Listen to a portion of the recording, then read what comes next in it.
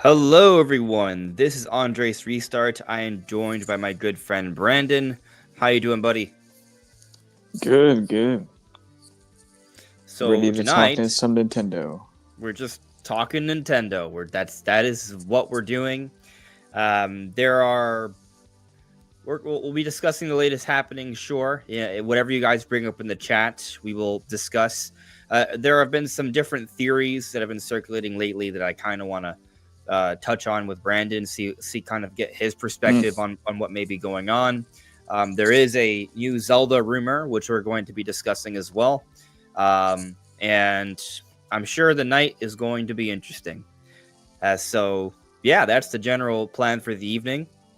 Just talking about Nintendo, mostly about Switch 2. Joycey J is already letting me know that everything looks and sounds good. I appreciate Thanks. that. Thank you. I do. I wasn't even sure if I was using the right mic. I probably should have checked beforehand, but it usually is the correct mic. Sounds like the right one to me. Usually it is. Okay, so we're good. We are good there. Will Ruby show up? Maybe. We shall see if Ruby shows up. Actually, let's see here. Let's see if I can do something. I think this will not work. Let's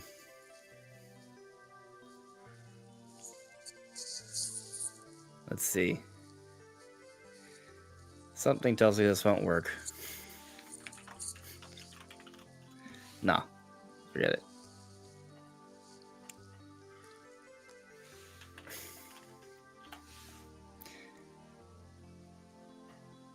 Oh, it did work. If we get 5 super chats, Ruby will show up. Nice. Yeah, so let's see what happens. Maybe Ruby will show up anyways, but if we hit that goal, I will stir Ruby's slumber to bring her to this part of the house for a little bit. But Brandon, well, as people flow in, and we'll get to the chat momentarily. There's a few things I want to discuss with you. All right, so the first one, maybe the biggest one. I mean, it depends. Depends if any of this is accurate, but I feel pretty excited about this theory. It's a theory that I kind of came up with, and I presented in yesterday's video. Now I was actually talking about this with Bo yesterday, and then one thing led to another, and then it was like, oh, there's this, and this, and then that led to yesterday's video, and it came a little bit later than usual because of all that. But basically, I think I know when the Switch 2 is coming out, like the exact day. I'm assuming, based off your response, you haven't seen yesterday's video yet, which is good. No. It's easier for me. It's more interesting for conversation if I kind of just tell you, like explain like why I think what I think. But basically, I think the Nintendo Switch 2 is going to come out on May 15th. Okay. I've also had some speculation of the 15th of May. Really? So I'm curious. Really?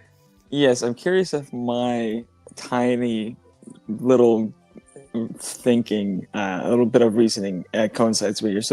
So tell me what you're thinking, and if this doesn't show up, I'll say something. All right, cool. I got several reasons why. Someone knocked on the door. I've been waiting for this medicine for my grandmother. I will be back in 25 seconds. I don't know. Tap dance with your voice. I'll be right back, guys. Very quick. Cool. Tippity tap. Tippity tap. Guys, I'm professional. Oh my! I need to start a new career. Okay, let's see what the comments are saying because I don't know their full space. Okay. Having help quick somebody super chat 5 times. Yes. We need to see Ruby. We must. All the names are cut off in this little chat here. I can't. Okay, hey, I'm back. I was gonna read people's names and stuff, but like half of them are like cut off in the chat view I have, so I can't see the names properly.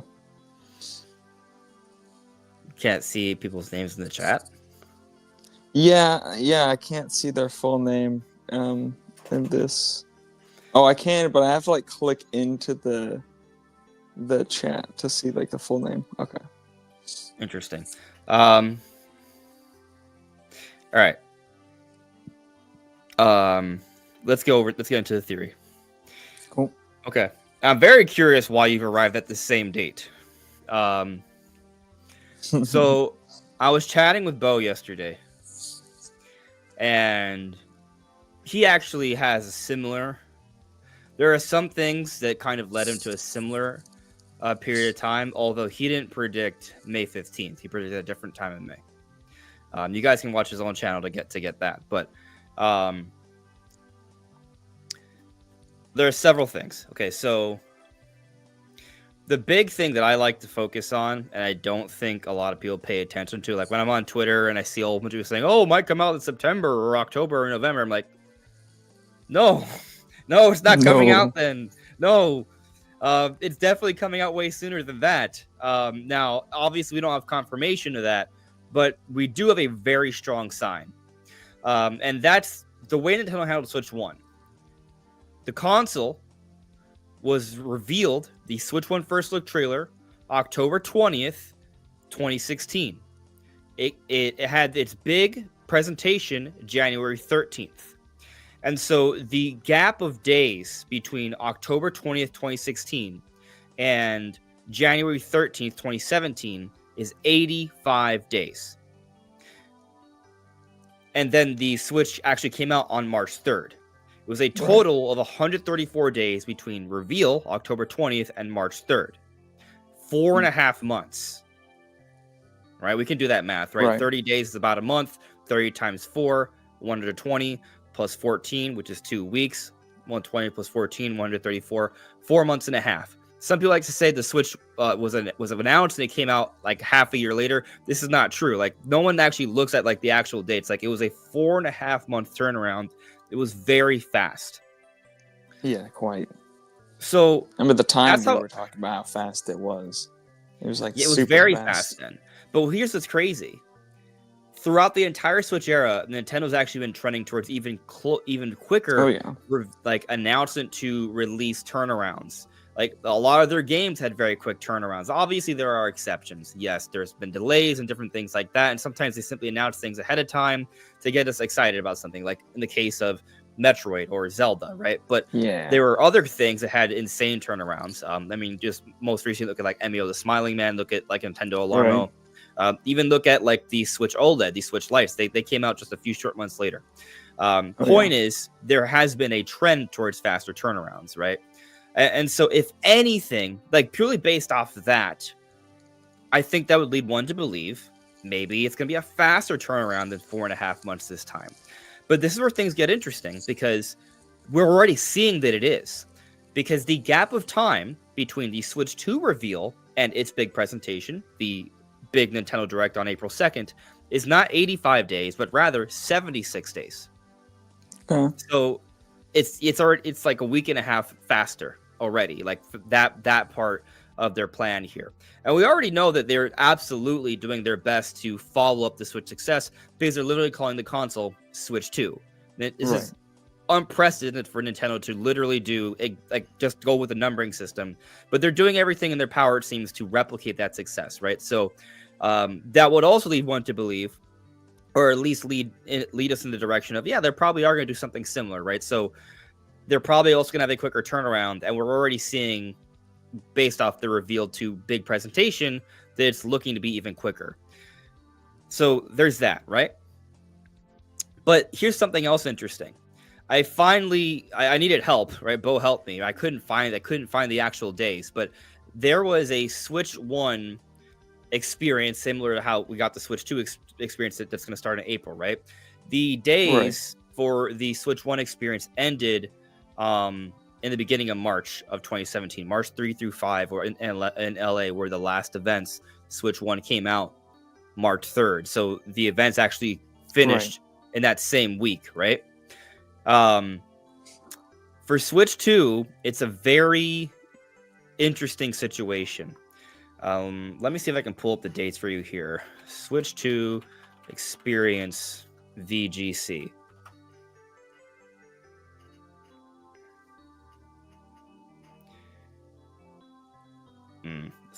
This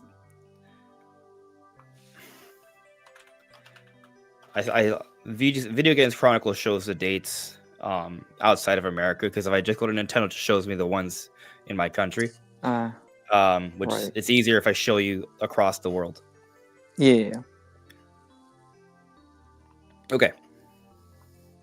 So we're looking at these dates, right? You can see them. Yep. So these are the dates for the Switch 2 experience in North America. These are the dates in Europe, Oceania, and then you notice in Asia, right? Like, there's a weird gap. Like, there's in May, like after May 11th, there are no more Switch 2 experiences until May 31st. Right. There's a large gap there. And so initially I thought, okay, if they're going to do things like Switch 1, then they'll probably launch the Switch 2 when these experiences are done, or the week of, right? So I thought maybe like the first week of June, potentially, because we see that the last ones are in June. But here's something to consider. Back in 2017, Nintendo wasn't even releasing consoles in China. This is something they established this during the Switch era, right? And so they have events in Asia, but they're happening a little bit later. There's probably going to be more than one launch of the Switch 2. It's not going to be available completely worldwide day one. They're going to release it a little bit later in other regions. Now, the main regions like Japan, North America, Europe, like those places are going to get it probably all the same day. Point is that these dates right here in Seoul, probably not when the Switch 2 is coming out, but we do have this weird gap of time in May. So I found it interesting, right? Now let's go back to the weird numbers I was pointing up about the Switch 1 like reveal window and how it compares to what we're seeing with Switch 2, right? The 85-day gap versus the 76 gap, right? When you divide 76 by 85, it gives you about 89%. So if they maintain pace, right, it would suggest that as opposed to a 134-day gap for the Switch 1 reveal to release, it would be 120. 89% of 134 is about 120, which places us on May 16th, which is a Friday, right? So Nintendo recently changed from Fridays to Thursdays, so May 15th would be a Thursday, right? And what's funny about that, the pace that is being suggested, right, when you look at the presentations and stuff, falls in the same week that the last Switch 2 experience events end. These end on the weekend, and then at the end of the week would be that Thursday, May 15th, to start this gap of time we're seeing here for the Switch 2 experience. So I'm like, oh, that makes a lot of sense. They're having that gap there. This is how it worked for Switch 1. There seems to be a little bit of a trend, but there's more than that. It already makes sense for Nintendo to avoid June, because there's Summer Games Fest. There's the Xbox presentation, the PlayStation presentation. Nintendo normally has their own Direct in this month. Right. There's going to be a lot of announcements happening around this time. When you think about it from that perspective, maybe it does make sense for them to release the console before June, when there's all these other announcements getting in the way, right? You don't want that to take away from the excitement of the Switch 2. They're going to want to announce things that are going to be also on Switch 2. And it'll have been fully revealed and, at least have the release dates by then. So they're going to show off their projects, whether Nintendo does or not. Yes. So I always thought that June was a bit of a weird month. But go on. Right. And this is where things get weirder. So we had the Xbox presentation last week, right? And we already know Xbox is going to be supporting Nintendo. They've already been supporting the Switch, but we've heard they're going to be supporting Switch 2 even more so. Literally the day of the presentation for the Switch 2 reveal, Microsoft's Phil Spencer talked about wanting to support Nintendo following the event of the Switch 2. They basically have done everything they can to say that they're going to support Switch 2 without confirming that, because they can't because of NDA. Right. And there's a variety of rumors, even rumors from both credible and non-credible, that there's going to be Xbox games coming. Like even Nate the Hate recently reported that we're going to be getting Flight Simulator and Master Chief Collection on Switch 2. But here's something interesting about the dates for games for Microsoft published titles as of late. When you look at these different games here, right? April 8th, 2025, February 18th, 2025, November 19th, 2024, right? These different games, they all come out on Tuesdays. There's some exceptions, but the vast majority of Microsoft published titles come out on Tuesdays.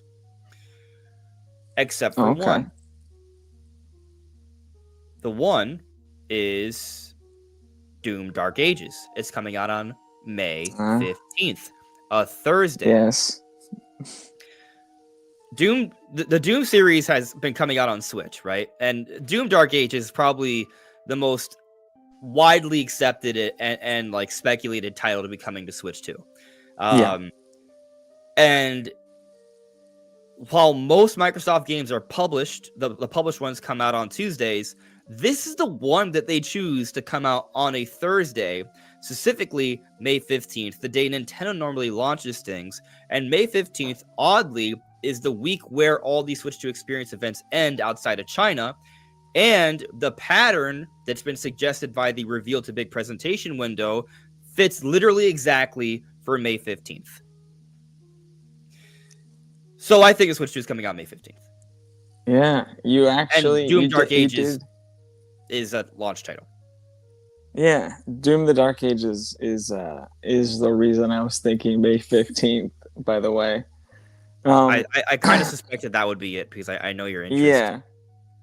I saw that on May 15th and I was like, this is so close to when the Switch is coming out. I feel like if it is coming out in May, which I've suspected for a while, and I have also been thinking about that gap in time because when it was like when the Switch reveal trailer was first shown, actually Bo was live streaming and he was talking about a bunch of different stuff, and he was talking about, I don't remember he talked about it in that stream or if at a video later he talked about it, but he did talk about that gap, and I was like, yes, I find this suspicious as well. Very weird gap. And I've been saying May for a long time, saying May for a while, ever since it was clear that it wasn't going to be like March. I've been saying May. So that fits. And yeah, I just feel like Doom, the Dark Ages is definitely going to be on Switch too. And it would be very fitting to have it there at launch as a big third-party experience. Because there are, I think, going to be third-party games right at launch. So Doom, the Dark Ages would be such a perfect game. Somehow launching day and date, even though I think it'd be a great at this point, it doesn't seem like it's going to be. I think that would be a big... I lost you. What? I think the only other one that would be... No, I finished what I was saying. The only other one, though, I think would be a big title, but it doesn't line up, is Monster Hunter, because that's coming out, no. Is that a March game? Monster Hunter Wilds is coming out in February. February even, yeah. That one I would have. I mean, they could always release it again on Switch too. They could release it in May again. Yeah, or later. It probably will be later. But probably maybe. Like, we haven't actually heard about any big Capcom games at launch that I can think of, which I think is strange because Capcom does support Nintendo, and Monster Hunter does sell well on Nintendo. So I think we've heard different Resident Evil games being rumored. Oh yeah, there may be a little bit of that, but So I'm still pulling for Monster Hunter Wilds, but we'll see what happens with that one. And I want to say that even if it's not May 15th, right? This is a theory, right? And I'm strongly leaning in this direction. Like if I have to put money, that's where I'm placing my bets, right? But like it doesn't have to be then. It could be a little bit later. It could still conceivably happen in June. But really, what I want to get at is, I think it's very clear that this is coming out very soon. Like that's the main point I want to make. Like the people who think that this is not coming out till like late into the second half of next year, that's highly unlikely. I mean, like we go back to Next Handheld, which I talked about today, right? He leaked so much about the Switch 2, showed images of the dock, the Joy-Cons, and now we know that they were 100% legitimate, right? Even though there were some things done with AI in the background that was purely to protect his identity, and we know now that it's all totally true. And so one of the things he talked about is that he was given a final retail model. That final retail models would not be circulating in January if the console's coming out like October or November. This thing's coming out sooner. All these accessory leaks that have been going out, like we keep seeing different accessory leaks, they would not be happening if the console was further out. Another thing, I mean, like, I'm literally, like, there are companies reaching out to me, and you've probably seen other YouTubers as well, talking about Switch 2 accessory stuff. Like, they're all the accessory makers are like ready. Like they have their things already made, and they want to send them out there. They want to advertise them now. This all supports the idea that the Switch 2 is coming out very soon. Even if it's not May 15th soon, it is coming out, very, very soon. And another element to consider, we already have an official word that the Switch 2 Direct's on April 2nd. Yeah. There, in my mind, there's no way Nintendo puts out that presentation and doesn't have something playable it from that presentation to the public, like being bought in stores, like more than 2 months later. Again, I'll remind you guys of the Switch 1 experience that came out January 13th, 2017. Switch 1 came out March 3rd. It was less than 2 months later that the console came out after that presentation. I think we should be looking at a very similar window of time here. So, May or June is really when I think this is happening. Not to mention, yes, there were several rumors and reports that this is the time then Switch 2 would be coming out. So, yeah, I'm totally convinced this is happening, in the first half of 2025. May 15th is my bet, but we'll see what happens. Yeah, for sure. I mean, especially with the presentation being April 2nd, it's like, really think they're going to have like a fully named new Mario Kart game fully revealed, probably like a new 3D Mario and like all these other games. And they're like, okay, we can't even start to release them till like September or something. That would be crazy. They're just like, okay, well, we have I guess they'll have some stuff from the February event that they're probably almost definitely going to have for Switch 1. But there's probably not going to be anything big enough to hold you over all the way till then. That just seems like it's not going to happen. Yeah, no. Hold on. I'm sending a message about this medicine that arrived. Fair.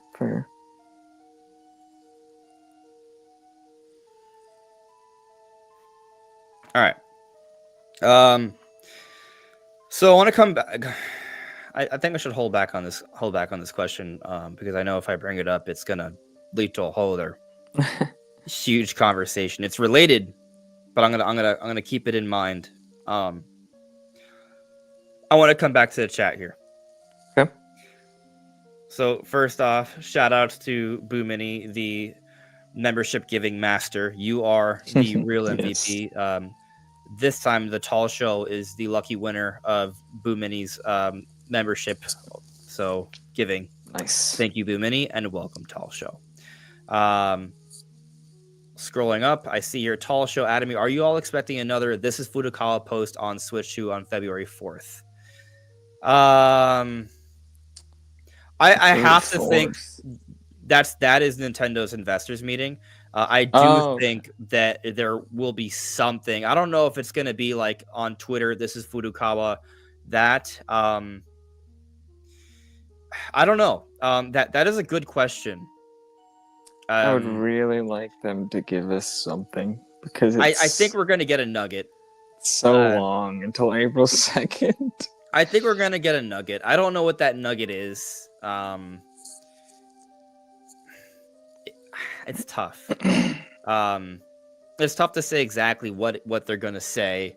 But I mean, I know for a fact that Nintendo's investors are going to be like, "Hey, so about Switch 2, what's going on?"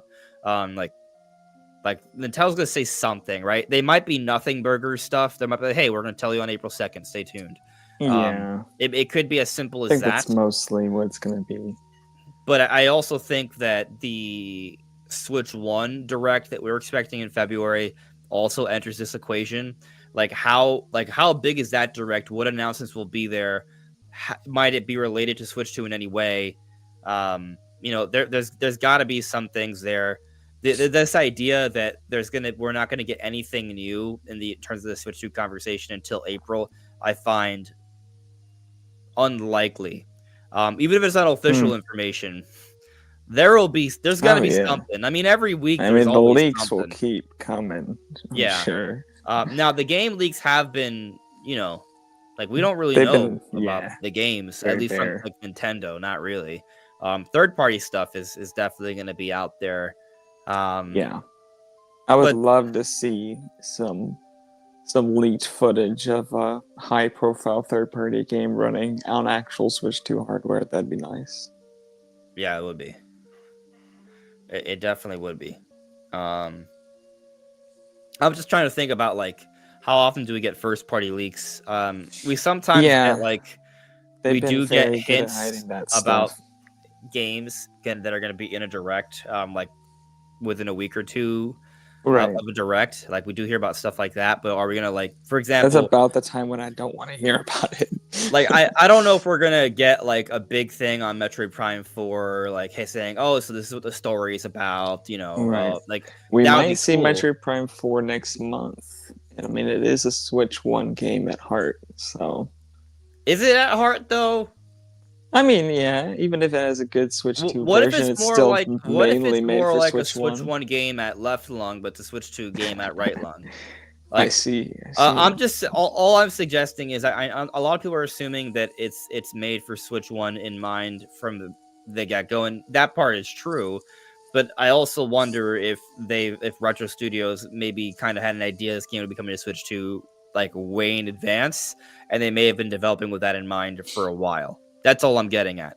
I think so. So, I still think the Switch 1 version's gonna be very, very good, and it's still gonna probably sell more on. Well, we'll see how it goes once sales, because people are gonna be excited to play things on Switch 2.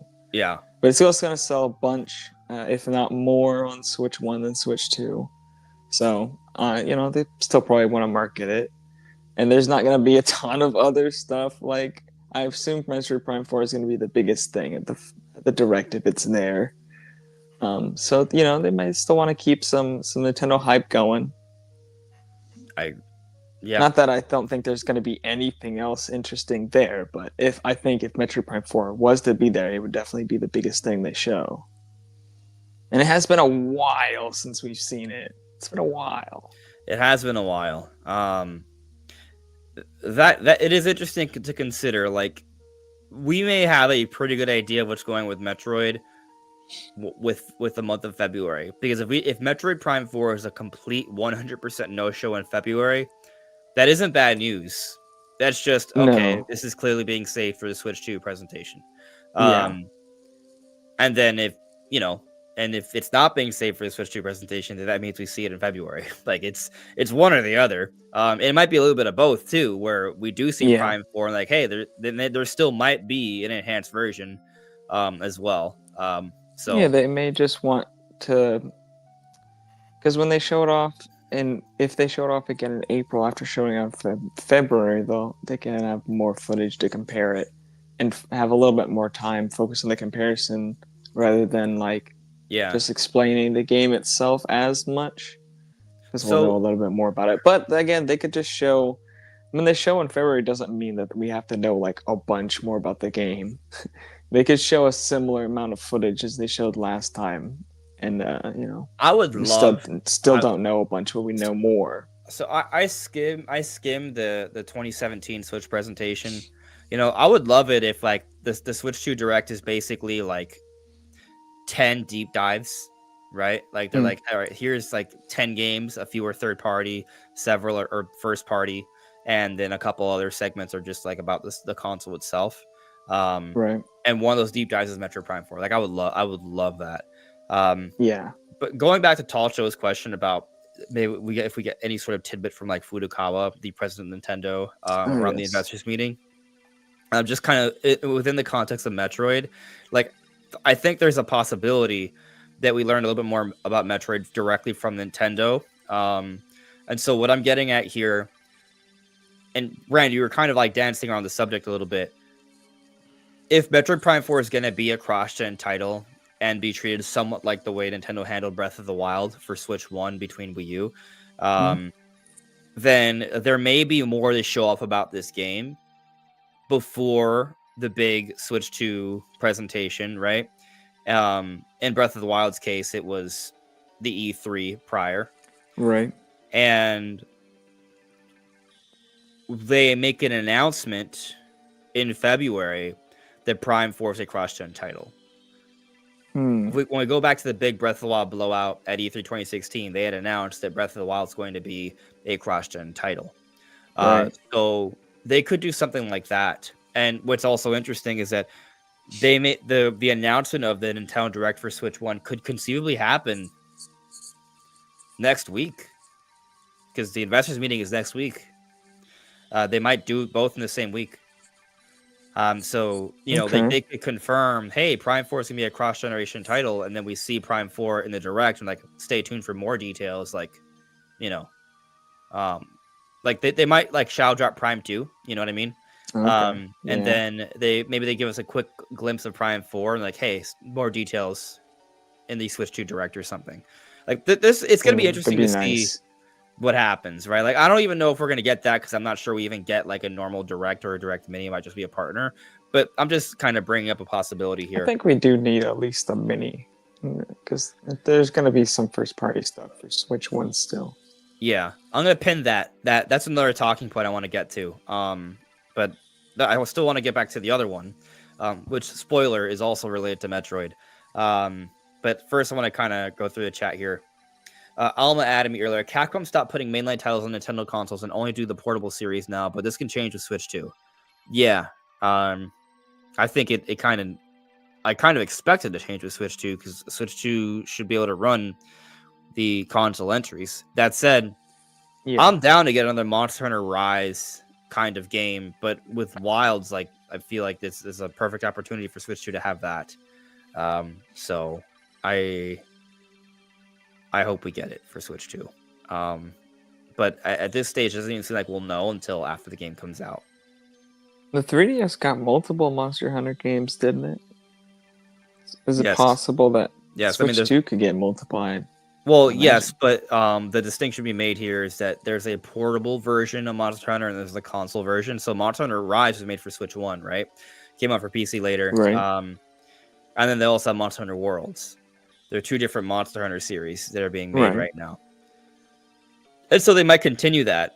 And we might see whatever the spiritual successor is to Monster Hunter Rise on Switch 2 a few years from now. Yeah, I don't see why it's not possible for them to do that. Get in at least a timed exclusive other version for Switch 2. I guess. Although maybe they won't feel the need to. I personally would prefer that they just Switch 2 just gets the Monster Hunter Wilds and they just make more Monster Hunter across all platforms. But we'll see. We will see. I mean, I will say that Necrofelipe a while ago said that it, provided a rumor that Wilds is coming to Switch 2, but I think it will. We don't know, if that's legit or not. Scrolling through the chat here, Maridon 785. I wonder how many people have upgraded to NSO expansion pack if they would have locked these hands-on experiences of Switch 2 requirements, NSO plus expansion. Well, I'll say that I have the NSO expansion, and that did not guarantee me anything. So yeah. I put in 2 tickets and I did not get invited. I'm not gonna go to the Switch 2 experience. Well, we'll see. The jury's still out. There is a waiting list that's gonna open up tomorrow. So that's gonna be a first come first serve basis. So there might still be a chance for some. So we'll see.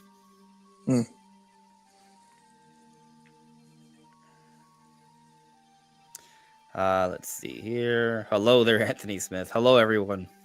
Hi, Metroid Jones. Hello there, Having Hope. Hello there, Pokemon fan. Maridon, I am doing well. Thank you for asking. Thulgar asks me, how likely do you think the first Mario Bros. Movie 2 trailer will drop on Mario Day this year? I would say unlikely. I think that the movie comes out on April, in April 2026. So I don't think we're going to be getting footage of the movie like with more than a year in advance. I think we're going to have to be like within half a year. So I do think we're going to get footage on the movie, like a trailer this year, but it's going to be closer to like the holidays, like maybe September. They want to have a quick turnaround with their marketing there. It's going to be a big, they're going to put out that first trailer in September. There's going to be another one in December, another one like in January, and then little things popping up and leading up to the big showing in April. Yeah. How far from the release of the original Mario movie did we see the first trailer? About half a year. Okay, half a year. I couldn't remember. I'll confirm it for you though. So there's multiple Mario movie directs, right? Yeah. So let's look up the first Mario movie direct. That's where we got the first footage of the movie Mario movie direct. I hate that like it got autocorrected to director. Okay, so I'm looking here. So it happened on October 6th, 2022. The movie came out April 2023. So okay, yeah, the 10th month of the year. Yeah, it's half a year. So there we go. I expect the same thing. Yeah. Inspector asked me, do you think we'll get any major leaks before April? Major leaks? There will be leaks. I think there will be leaks. There will be rumors coming from credible places and questionable places. Major leaks as like I don't know what else there is to leak that would be major. Right. Like games, right? There would have to be major game leaks. Games. And I don't think that games are going to get really leaked that much. We might hear some murmurings. We might hear like Nate the Hate say, "Oh yeah, like, something about this," but there's not going to be like as I said earlier, I don't think we're going to learn like the story of Metroid Prime 4 in a leak or something like that. Like I don't think we're going to see footage of like Ocarina of Time remake or something or 3D Mario released online unofficially. Like nothing like that. I mean, back when they announced Mario Odyssey, because they showed it off in the Switch reveal trailer, and then they showed it off in the 2017 presentation in January, then they showed it off again in E3. And like the fact that Cappy as a mechanic didn't leak, like we didn't even know about that all the way till E3. And yeah, so I don't think we're gonna see like leaks about like the new 3D Mario and like what it's all about. Yeah, and, like, the Nintendo's really good about protecting the content of their games. Like that part rarely ever gets out there. I do feel, well, Tears of the Kingdom, there were some interesting things that happened across a large span of time. Like there was some voice actor stuff that no one took seriously, but it did kind of amount to something. It had kind of suggested that there would be sages, and there were. And there was also a GameStop thing from Mike Odyssey talking about 4 dungeons and the elements, and that was also correct, kind of, at least from what I remember. And then obviously the game itself leaked like a couple weeks before release, but that's not the same thing, right? That's the retail copy getting out there and someone like dumping it somewhere. But in terms of like leaks about what we might see in the Switch 2 Direct, I really doubt we're going to hear about the contents of games. We may hear about games in the presentation. Like there's going to be that's a possibility. But in terms of like the actual contents of the games, I don't think we're going to see that. But we'll see. It has happened before, so I think third-party stuff may leak, though. more interesting stuff about Yeah. the specifics of different versions of Switch 2 games may leak. That would be interesting if we heard about like different resolution counts or frame rate counts or something, or a comparison to like the Series S version or something. I don't think we'll see like actual footage, but that would be cool. Yeah. As well. I was looking through the chat. I saw like Connor had added me, but the I don't know. I guess the chat like it cut off like the earlier comments, so I can't see anymore. But I believe Connor was asking if there will be a direct in February. If I think there will be, and my answer is yes. I think there will be a direct in February.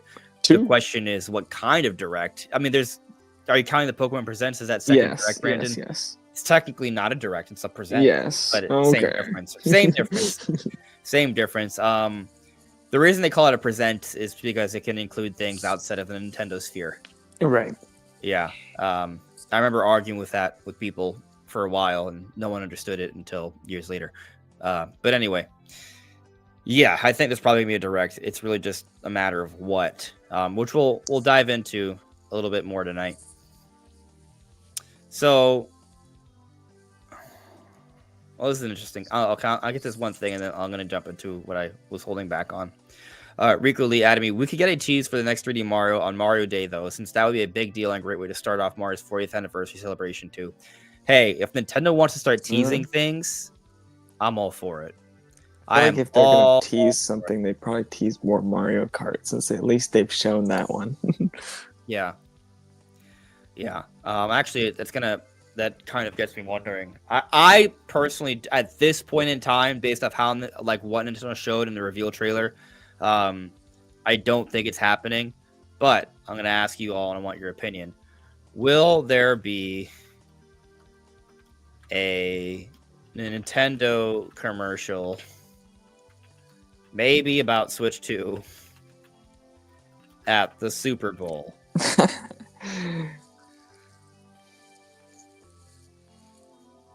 I already said what I was going to say, so let's see what you guys think on that one. I don't think there will be. I think it's a lot of money, and at this point, it doesn't seem like they're gonna be ready to show anything new.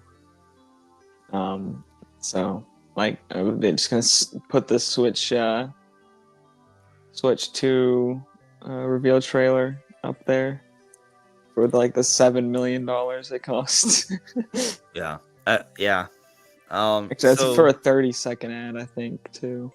So you couldn't even get the whole trailer. I mean, I would love to see some more Mario Kart footage. I'd be so happy, but that would be. I just don't think we're in the advertising stage for the Switch 2 right now. I hope that we might be by this stage a few months back, but now I don't really think so. Like the advertising for Switch 2 is going to really pick up after April 2nd. Like there's going to be a media blitz. And it's kind of crazy to think about that. Like there's going to be the whole Switch 2 experience that week. Yeah. Right. And we're going to learn so much about Switch 2 in that week. It's going to be insane to start April. But before that, it may be like completely quiet. Like it does seem a little weird. Right. So I do feel like we'll hear something. I don't know where. I don't know if it's going to be. I doubt it's going to be the Super Bowl. To your point, that would be very expensive, especially when they're not really advertising in that way yet, right? Like they're not going to start their media blitz until April 2nd. We'll probably start hearing about. Well, you know what will probably leak? Switch 2 advertisement material will leak. Okay, yeah. We maybe even possibly even February. So going back to the idea of maybe there being big leaks. Switch 2 advertisement stuff is probably going to get out there, and you know what? That probably could teach us a lot about some big games. So you know what? I'm going to go back. I think that we might get some major leaks, but it's going to be from advertising materials. I think there's a really good chance that can get out there. So here's an interesting question that's different from the other questions. Hey Andre, any advice for getting big on Nintendo YouTube? Interesting. I'm still figuring it out myself. It's not easí. I'll tell you that. I've been doing this for years, and I still have a long way to go. But I'll also say that you can't possibly succeed if you don't try. Right. But also, if you go in with like the expectation of becoming big, with it, that's not going to be easy to do. So in terms of like advice, I would say, you know, if you have a vision, go for it. Do what you love, and continue doing it, right? And you know, as long as it's important to you. Now, you know, I'm not saying that there are going to be times where it's going to feel like work. So you're going to have to ask yourself, how worth it is it for you, right? But you just got to keep going. And this might sound stupid. This might sound like, oh, of course, but networking is important. Yeah. When you connect with the people, guess what? You work with those people. They introduce you to their audiences, and then those audiences see you, and it does help. Especially the smaller you are, the more of a difference it makes. So, you know, I guess that's my advice. Then you probably have to work really hard. Now, I'll also say that with the Switch 2 on the way, there is going to be a tremendous growth opportunity. For sure. So, you know, if you have ideas, put them out there, right? And be receptive to feedback from the right places. And so with that, when I say that, it's kind of one of those things where if you're on the internet and you're putting yourself out there, you're going to get comments, and you don't know who those comments are coming from. Sometimes it may be good advice. It may be good feedback. But probably more times than not, it's not going to be good feedback. Yeah. So you have to be like, it's basically what I'm saying is like, if you don't know the person, you probably shouldn't take the feedback too seriously, because you don't know where it's coming from. You know, if someone sounds very reasonable and respectful, maybe hear it out and then consider it. But basically, like, you know, and this is why it's tough, because if you don't know anyone that's already a content creator or involved with the industry or something, or a good video editor, and you're looking for feedback, you may not know where to get it. So it can be tough. So it's like I said, it goes back to that networking thing, though. Yeah. Where you start to meet people who do know how to do these things, or have heard from other people, and so you kind of slowly build up. It's a process, basically. You know, it doesn't happen overnight. For sure. Yeah, that you might hear about the success, the crazy viral success stories where someone put out one video and they got 1 million views overnight. That doesn't happen like most of the time. Like, you own something weird about YouTube. And I mean, it's kind of like the social media in general can be very misleading. Like, you'll be led to believe that whatever you're doing is not as good as other people, because the only people you see are the lucky ones that are very successful. Right. You know, and so that can be misleading. Like, the algorithm is pushing videos that are doing really well. It's not showing you most of the time, right? There's exceptions, of course, but you're not going to see the videos that aren't doing well. Like, for every person that has a video that does really well, there's so many others out there that put out a video and no one saw it. So, you know, you got to be careful about comparisons too, because that can bring you down. Anyways, to summarize, do it because you love it. You know, don't expect success overnight, and don't be afraid to make friends. Yeah, seems good. Yeah. Anyway, so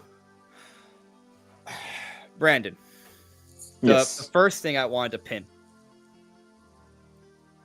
is if Doom Dark Ages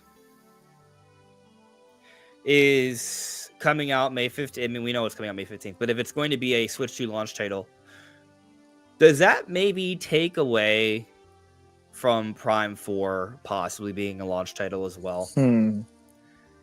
Because they would be very similar games. They're fairly similar. It'd be one thing if it was Call of Duty, right? But it's not Call of Duty. It's Doom. It's a single-player focused first-person shooter, which is what Metroid is. And there are other comparisons from a gameplay perspective. I mean, you yourself have told me that, hey, you should play Doom Eternal because that's the way they handle Doom Eternal is how they should probably handle Metroid Prime 4 from like a lot of their gameplay ideas. Yeah. So I do think about that, and I wonder, like, do we really want to have Doom Dark Ages and Prime 4 compete with each other day one on Switch 2? Especially like if it's one thing. There are some Metroid fans. They're like, oh, I don't know if it's a good idea to have Prime 4 and Mario Kart be day one titles because maybe Mario Kart takes away from Prime 4. I think you can argue out of that, right? But the point is, it's an argument to be made, right? And then you throw in Doom Dark Ages, a very similar style game that has a broader reach at this point in time, I believe, right? Is it really the best time for Prime 4 on May 15th? I mean, it is probably one of the trickier games, or one of the closer. Like, it's a very similar game. At the very least, aesthetically, they are going for this like very like dark medieval hellscape kind of thing, whereas Prime 4 is a lot more spacey, a lot more classically sci-fi. Probably a lot of nature. It's a lot more like Halo in its terms of its aesthetic now. Actually, the thing is, we haven't really seen too much of Prime 4. People from Halo, I believe, working on it. Yeah, that's true. Yeah, we haven't seen too much of Prime 4. I mean, it is going to be a lot more puzzly than Doom is. They are going to be a lot very more colorful. Games. Kind of. They're going to be very different games, but also from like the casual consumer, they'll be like, oh, that's Doom Eternal or Doom the Dark Age is about like, it seems to be about these like really large environments with like a ton of enemies, which isn't really what Prime 4 seems to be going for. So they'll probably end up playing very differently, but for the casual observer seeing a trailer, they may think that they're very similar, which could pose issues. I don't think it would be a big problem, mainly because like the big Nintendo fans who have been waiting years and years and years for Prime 4 are going to buy it anyways, and they'll be talking about it and sharing stuff on social media, which will help a lot get people to see it. And I imagine people who were going to buy Doom Eternal would have bought Doom Eternal anyways too. But I don't know. I feel like it could compete a bit. And maybe it's not the best to have those both on the same day. I would agree. It's probably not the best, but I don't think it'd be the worst thing either. Yeah, I mean, so there's the other element of being one of the first games available day one. People like whenever a person goes to buy the Switch 2, they're like, oh, these are the games available. There's not going to be that many at first. People are more likely to buy the games at launch. It's an advantage of being a launch title. Oh, you know what will help Prime is it will be a much lower rating than Doom is going to be M. True. We assume Prime 4 will be teen. Yeah, maybe even a 10 plus. I don't know what the other Metroids are rated. That's a great question, Brandon. I think Prime Remastered would probably be the best thing to look at. Yeah, because the other ones are a bit old. The ratings have gone a little, I think, more lenient. Although Prime 2 is, I mean, I guess you could say it's E10, maybe, but I don't know. It's pretty dark. I'm trying to find the rating on Nintendo's website. I feel like back in the GameCube era, it would have been teen, but I feel like nowadays, it's still teen. So it'll be teen, but at least it won't be M. So a parent looking to buy a game for their kid at launch might still pick that up. I mean, you can still be 13. They probably won't get their kid Doom the Dark Ages. No. Put Prime 4? Maybe. Although it'd be wild if Prime 4 ended up being like M. It's not gonna be, but it would be wild. Yeah, I agree. So I just want to take this moment to shout out a few people. Fortnite World with the first super chat of the evening. That's one of our 5 super chat goal here. So maybe we can make that appearance. Thank you for the super chat. Fortnite World here says, my dream is Switch 2 Billie Eilish Special Edition. I mean, Billie Eilish is cool, and I'm right now. I am a little bit on the excitement train of Switch 2, just having special editions, because we did talk about how Next Handheld talked about there being not only the Switch 2 we've already seen in the reveal trailer, but also a white one, right? Which is exciting. Oh yeah. And then also a special edition having to do with a game with 9, and well, we think it's probably Mario Kart 9. So yeah, will there be a Billie Eilish special edition Switch 2? I don't know, but maybe Billie Eilish is like, you know what? I really want to get in on some sort of Switch 2 marketing thing. So maybe. Or maybe you could find Switch 2 accessory decals to put on your Switch 2 dock and controller. Yeah, maybe there's a trailer or a commercial with a Billie Eilish song. Yeah. Yeah. And you'll be able to customize. Also print out a sticker or something. Definitely. Gerard is going wild, has gifted not just 1, but 2, 3, 4, 5, and 6 memberships. Oh wow. Yeah. That is awesome. Boo Mini. Thank you, Gerard, for all the memberships. Hey, it's not a competition. But that is a great deal of memberships. Welcome Try, welcome Nintendo and Sonic Gamer Girl, Staniel, Cameron Suar, Rogers Jimenez. Welcome. I think there was another one earlier. PFMP. You know who you are. Welcome. So that's awesome. Appreciate that. I wonder if I should jump into. Oh, okay, this is a good question. So the artist on Tube here asked, Metroid is never essentially released early on new hardware. Well, glad you asked, because it has. Metroid Dread came out the same day as the Switch OLED. Does that not count as only a mid-gen refresh? All right, well, how about this? The Nintendo DS had a pack-in game, and the pack-in game was Metroid Prime Hunters First Hunt. The exclusive content of Metroid Prime Hunters that can only be played in that pack-in. It is not in the eventual full retail release for Metroid Prime Hunters. So those are 2 examples of Metroid Prime. Well, not Metroid Prime, but Metroid Prime in one case. But just 2 examples of Metroid being a part of the launch lineup for Nintendo hardware. So there is some precedent there for Nintendo to put Metroid at launch. Now, if it's a whole new console, maybe not Prime 4 by itself, which is why part of the theory behind maybe Mario Kart and Prime 4, which, listen, as a fan, like as a hardcore Nintendo fan, like just me personally, come May 15th, if I get to enjoy both Mario Kart and Metroid Prime, like I'm going to buy both games. And I'm going to enjoy both games. Not literally at the same time, but, I'm going to probably, I don't know. I don't even know what I'll start first, because it'll kind of depend on the situation. Metroid Prime 4 is going to be one of those games where I'm going to want to give it undivided attention. I don't want anyone else to be around. I want it to be quiet. I want to, turn off the lights, turn on my TV's backlight, and just jump into an experience and be fully immersed. That's how I am nowadays. I mean, it's actually how I have been ever. Like when I was waiting for Twilight Princess for such a long time, and back then, as when I was younger, a 1.5 year wait felt like a lifetime.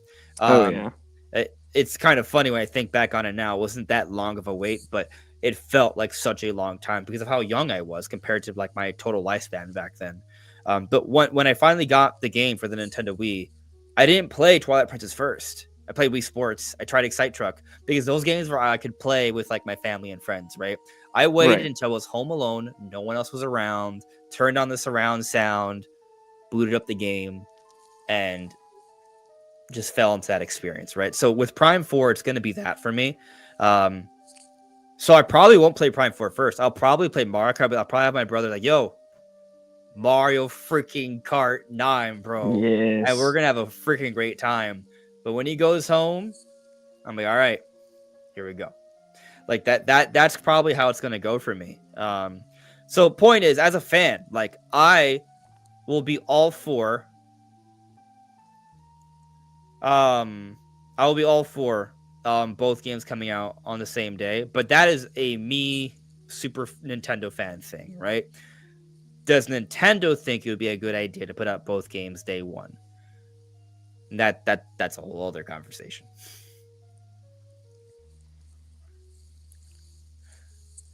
Shall see. Yeah, we shall see. Fortnite World with the second super chat. Thank you for that second super chat there. How can I make my love Billie Eilish custom? You will have to probably look online. maybe what's that site? The Etsy. There might be some Etsy you can do. Yeah, they might be able to make some Billie Eilish decals that'll look really nice. You can put on your Switch too. So I think where there's a will, there's a way. You can do it, even if you have no artistic talents in that category. You can find someone who does. Yeah. Pinterest. Oh, maybe.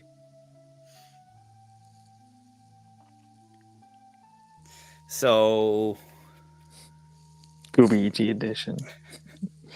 Harry Myers, that's hilarious.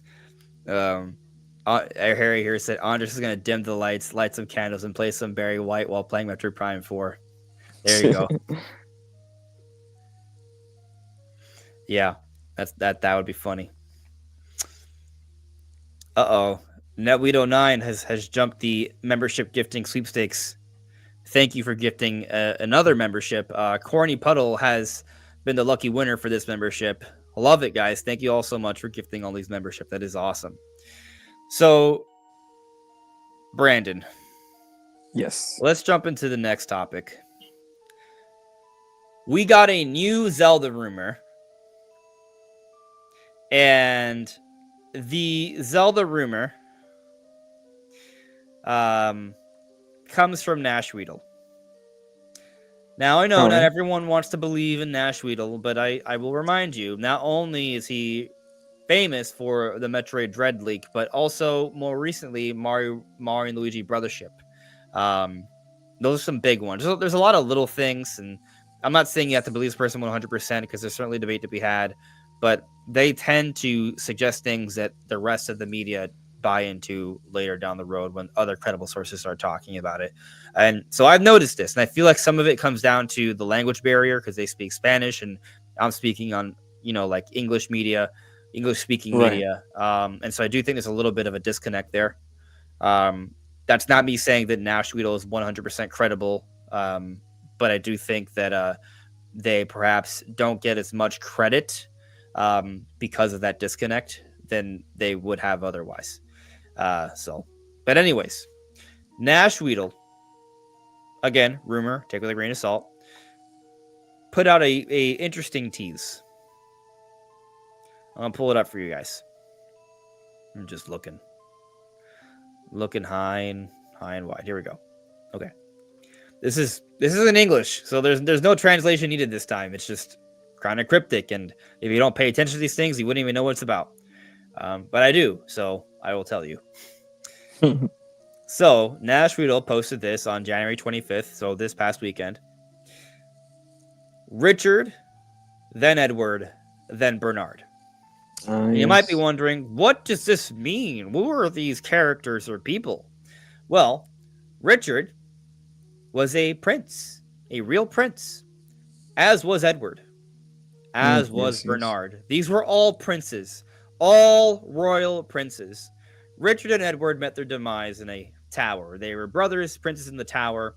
And also Nintendo decided to codename their Zelda games after these princes. Codename Richard was the codename project for the Legend of Zelda Link's Awakening remake developed by Grezzo. And then codename Edward was the codename for the Legend of Zelda Echoes of Wisdom, also developed by Grezzo. And Bernard, we don't know, but Bernard is a prince of the Netherlands and passed away a couple of decades ago. I've seen some people mention that this person, and this is maybe some people. This is maybe why some people don't believe it. This person at one point was affiliated with the Nazi Party for a few years. But I looked into it. I looked into it, and they were in the beginning, but then they joined the Allied forces afterwards and won many awards in support of the right side of history. So I don't personally know how, like, culturally how he is viewed from the Netherlands now, but just, you know, reading briefly on his history, he wasn't like an evil Nazi. But that's all I know from that. So point is, there is a pattern of Zelda games being based off different historical figures and royalty. There's others. Triforce Heroes was codenamed Alice, for example, and that was also developed by Grezzo. Now, there are other codenames, Zelda projects, but they're not based off historical figures and royalty, but rather royal playing cards. So, Jack, a playing card, which I made a mistake. I misspoke in the video, and even though I put a pen comp, like, oh, how could you not know Jack is a playing card? I misspoke.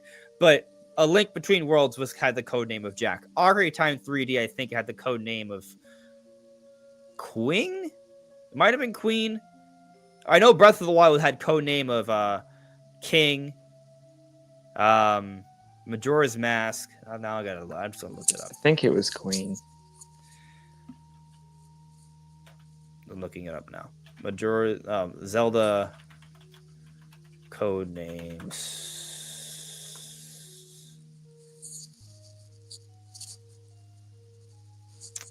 I mean, I had it up the other day, but I just trying to remember if I.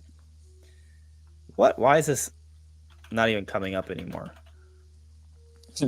There's Nintendo. They're scrubbing. Man, they might. Maybe they did. They might have. It's not. Wouldn't be the first time.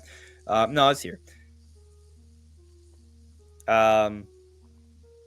Oh no, I got it right. I just was forgetting one. So yeah, Ocarina of Time 3D was Queen. Link Between Worlds was Jack. Majora's Mask 3D is Joker. I was forgetting about Joker. And Breath of the Wild was Yu King. Which is interesting. So a lot of Zelda code names. By the way, Wind Waker was Sea King.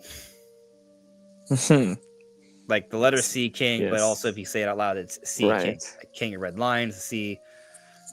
Also, shout outs to Game Over Jesse in the chat. What's up, buddy? Yo. How many bottle caps will it cost you? That is a great question. If you have some golden bottle caps, you'll probably be able to get it pretty quick. True. Yeah. So, forgot that I'm still screen sharing the Nash Weedle thing. Anyway, it's fine. So yeah, we have this code name here, right? Assuming this is legit, what would this imply about the game? I think what it implies is not so much that it's a 2D top-down game, although it could be. I think it implies another Grezzo project. Because the playing card projects, Grezzo did have a hand in some of them. Yes, they did develop Ocarina of Time and Majora's Mask 3D, but there was help, and that was earlier on. I think the bigger implication by the code names is not whether it's 2D or 3D, because A Link Between Worlds was a top-down Zelda game, and that still had a playing card code name in Jack, right? So I think the implication of the historical figure code names is that it's actually who's the focus in development, and so I would say that's Grezzo.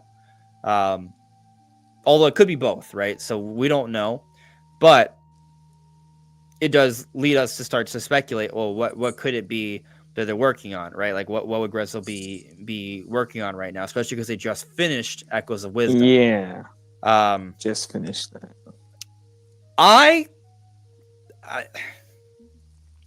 I'm biased, and I said this in my video, right? I am biased, and I want to somehow construe this to be that they are working on Ocarina of Time remake. It could be. I think somebody else is doing Ocarina of Time remake. Because we've been hearing about it for a while. I mean, like Grezzo could have been making it at the same time as other projects. But I feel like it was probably somebody else. So, hear me out on the Grezzo thing. Right? All right. Grezzo lately has worked on a lot of like 2D Zelda games, and maybe it's easier just to believe that Grezzo would make another 2D Zelda game just because of their recent history. But we go back to 2011 when, you know, they remastered Ocarina of Time, right? They put together Ocarina of Time 3D. That was a pretty ambitious game for the time in 2011, you know, on the 3DS. Imagine what they could do 15 years later on vastly more powerful hardware. True. So, you know, I think Grezzo probably could put together an amazing remake for Ocarina of Time. And also, I don't even think they would do it by themselves. You know, I think the Zelda team would still be involved to an extent. True. I mean, if it is like a full remake, edging on a reimagining, I think the Zelda team would definitely get involved. It could be a collaborative effort, is ultimately what I'm getting at here. But then again, if it is a collaborative effort, maybe it wouldn't be codenamed Bernard. So, you know, maybe not. Yeah. I don't know. But then I also wonder, like, what would be Bernard? Are they just getting another remake together? Right. I mean, yeah, there's been rumors, of course, of different Zelda remakes. Like a 2D remake is what I'm getting at. Yeah. I would like to see if it's not Ocarina of Time remake. I would like to see them do a multiplayer Zelda, like a Triforce Heroes or a Four Swords kind of game. Because I like those a lot, and I think they could have had a really good one on Switch. Force Heroes. Yeah, that would work. That'd be fine.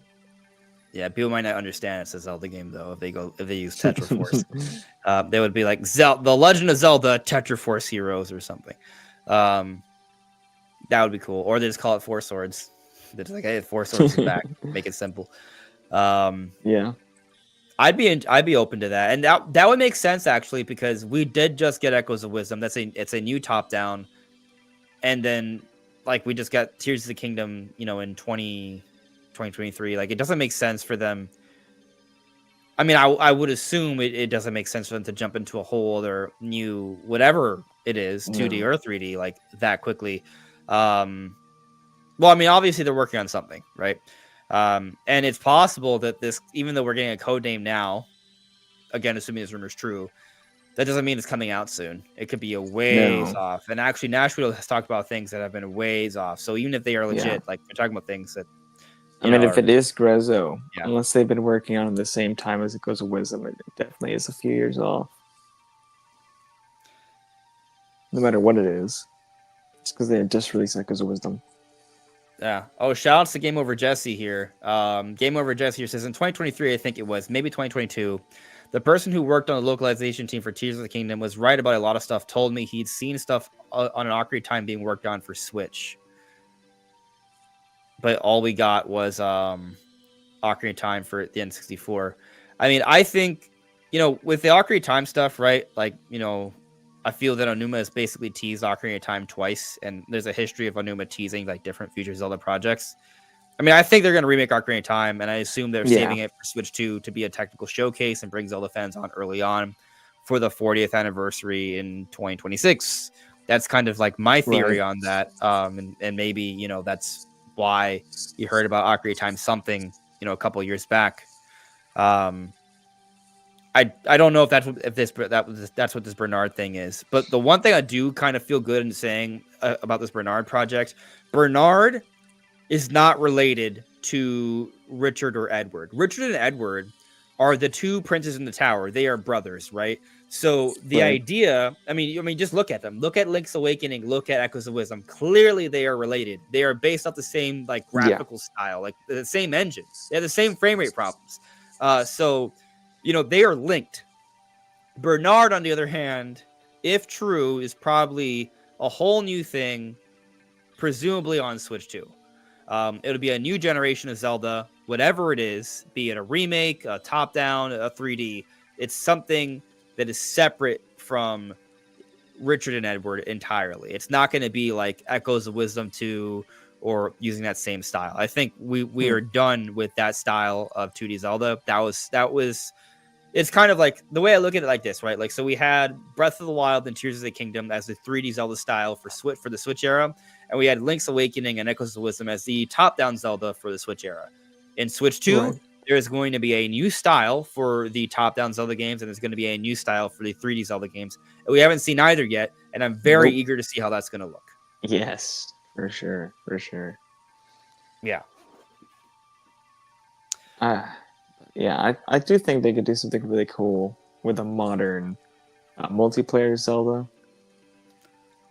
I think, likely that would be a top-down experience, I would assume.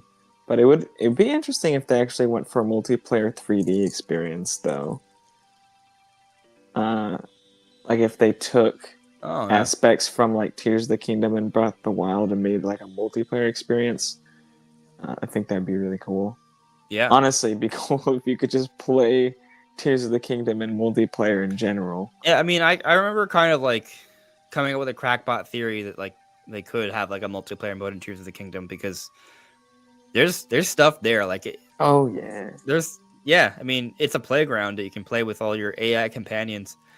But imagine if you could do it with your real human companions. Like there's certainly fun to be had there. I think it's something that maybe would have trouble running on the original Switch, but Switch 2? There's already a lot going on in Tears of the Kingdom. Yeah. But imagine if like they were to kind of take like the Tears of the Kingdom engine, maybe don't make it totally open world, like scale it down a little bit, right? But it still has those mechanics, and maybe dive a little bit more, double down into like the destructible environments and stuff, right? Yeah. And just adding more things to interact with. And you make it multiplayer, and it's more so about like some sort of battle between 8 different characters, right? And you could each form battalions, and that would be cool.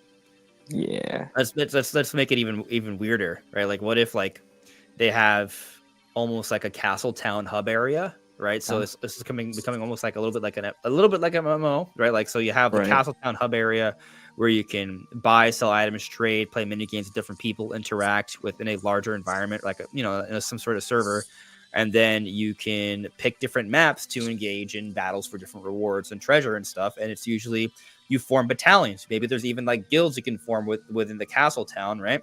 And then you go out to these different areas and you engage in some sort of battle with your construction and weapons and teammates, and you have sieges and stuff. This would be cool. I bought it already. I've already pre-ordered it. I want it. So, I would like that. But I think they would probably do something with more puzzles and battles focused in. I'm curious how that would work. But I think something with a 3D multiplayer Zelda would be really cool. But honestly, they could do something really cool with a 2D one as well. Especially if they made it similar to like that Breath of the Wild like 2D tech demo thing with all the physics. That would be cool. That'd be very cool. So I got a few more super chats here. Actually, we hit our super chat goal, so that means nice. Ruby is going to make an appearance. So Fortnite World been carrying the super chats here. Appreciate you, thank you. Netweed09, it's on a super chat. Thank you. I'll also call. I don't think Nintendo will forget Zelda this year. We will at least be getting either Twilight Princess or Moonbreaker HD for NSO. Let's see. For NSO, now that would be interesting. That would be insane. I do think we're gonna get something Zelda this year. I agree with you. I don't know about Wind Waker or Twilight Princess for NSO. If that happens, man, you are an incredible prognosticator. I think there's a chance we see one of those two this year, though. I think Nintendo's going to want to put out some games for Switch 1 still. For sure. And Wind Waker HD is a really easy one to put out there. It's probably still sell like 5 to 8 million copies. So Nintendo would make a lot of money, and people will be happy. People would buy it for Switch 1 and Switch 2. Switch 1 owners won't feel totally like left out if they haven't moved on to Switch 2 yet. Like I think it would work really well, and you could still have like a 4K upscale of Breath of the Wild on top of that for those that want that. Like you can do both, and neither is like a big ambitious Zelda effort for this year. It would tide things over until they're ready for a bigger ambitious Zelda effort next year.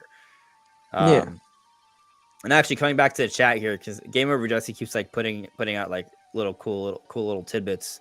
All right. Like here, Game Over Jesse says Grezzo also hired a Zelda game that wasn't using Unity. The last 2 Zeldas from them used Unity. That hiring was from a long time ago, though. Whatever amounted to that, right? And then that Grezzo project that came out on smartphones. It was like some sort of dragon racing game. That was also a Unity game, right? So if we haven't seen a non-Unity game come out, either it hasn't happened or it's been kind of, been something they've worked on behind the scenes. So maybe. What if Bernard really is Ocarina of Time remake? Who knows? Would be neat. And then the super chat that had us hitting the goal, Fortnite World again. Thank you. And to answer your question, Fortnite asked, does the Billie Eilish Switch thing bother you? No, not really. No. Oh, doesn't. It's funny for me because I like barely know who that is. She's a singer. Yeah, I'm aware of her profession. Yeah. I just don't really like. I could not name a single song from them. Oh yeah, I'm not like a Billie Eilish fan. I don't have. I'm not sure if I've heard a song from Eilish. You probably have. Probably. I don't have any Billie Eilish posters, but I think she's cool. So, but we hit the goal though, so I guess that means I should bring over the prize. I will end this current poll. It is actually somewhat divided, but I'm just gonna end it now. Will there be a Nintendo commercial made about Switch 2 at the Super Bowl? Of the 133 votes we got, 54% said no. Which I'm means surprised 46% it's that said yes. Close. Well, yes was winning at first. Yeah, it's pretty divided. Yeah. Yeah, I'm not expecting Nintendo to pay millions and millions of dollars for to put nothing new out, essentially. Because they're not they're gonna be ready to put any new content Super out. Cool though. What if there's a Nintendo Switch 2 second look trailer, and it's basically what the first look trailer was for Switch 1? That'd be crazy. It would be crazy. There'd be a long Super Bowl commercial. It'd be very expensive. The Switch. That's a good point, Brandon. The Switch 1 Super Bowl commercial. I assume that was a 30-second or a minute. I mean, well, there may have been, maybe there was an extended version. Yeah. Yeah. Usually okay. So the Super Bowl commercial looks like it was 30 seconds, but the full version of the trailer, the extended cut, was a minute 42. Okay.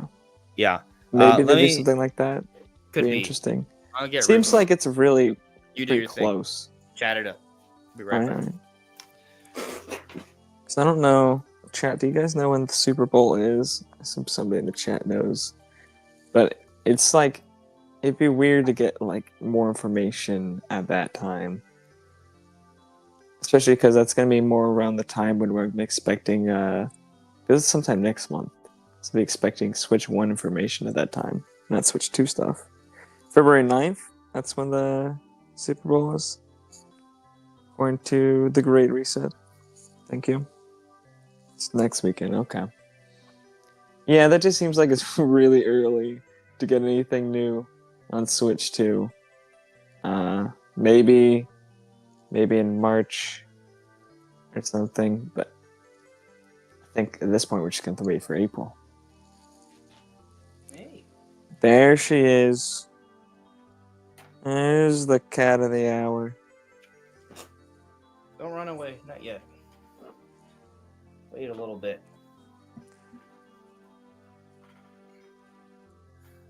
Let me know if the audio seems weird. No, it seems fine. So I took off my headset. I always put on the headset as like precaution because sometimes, depending on the setup, it will like, Echo. Yeah, echo. No, it seems fine. Hey, Ruby, what do you have to say? What do you have to say to the fans? Can you hear her? They love you, Ruby. What do you have to say to them? Yeah, what do you have to say to your fans, Ruby? They like you more than me. You're the only reason people watch. I want to go to sleep. Leave me alone. Okay. Yeah. All right. Good girl. No, she ran away. She's tired. Well, what's funny is that during the day, she will like bother me. Not in a bad way, but like when I'm editing, I stand up the table, and she starts like pawing at my legs for me to pick her up. But at night, if I stream, they're like, "Oh, I'm good. Leave me alone." My cat does not like me to hold him. He likes to come and like sit with me, just sit on my lap or sit next to my legs. She what? He what? He just comes and like sits on my lap. Oh. Just makes. He doesn't like it when other people pick him up, or he doesn't even like it when I pick him up. I took a nap earlier today and I woke up. Ruby was just sleeping on my chest. Nice. Yeah. It's like, oh no, now I can't move. I have an important meeting. Yeah. It's like Thor's hammer. You just can't lift it. No, can't do it. I need to be worthy. Although I'm worthy. Fortnite World with another super chat. So, will Billie Eilish be in Nintendo Direct? Possibly, actually. It's honestly possible. Like, I think it's actually. I'll go as far as saying not only possible, because there's a lot of things that are possible. I will say it is plausible. That's right. We could show Just Dance. Like, she's been in those, right? Yeah, there could be a She's Just probably Dance. been in a Direct before.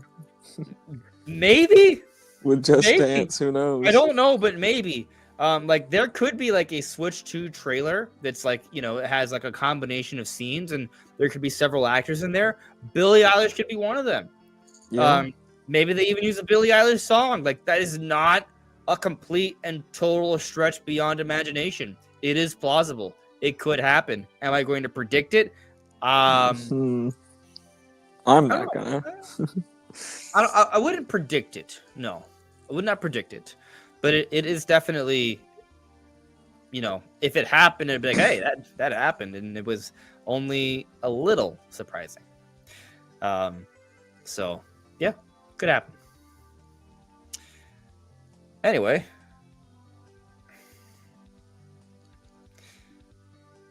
Scrolling through here, Rico Lee added me. Imagine if Mario and Zelda's 40th anniversary celebrations, we got modern remakes for 64 and Ocarina of Time back to back. Doubt they do both at the same time, but it'd be insane if they did. It would be insane if they did. It would be crazy. Yeah, I mean, and I agree with you that I doubt it as well, because we're probably going to get a new 3D Mario game instead. Yeah, that's the thing. Mario.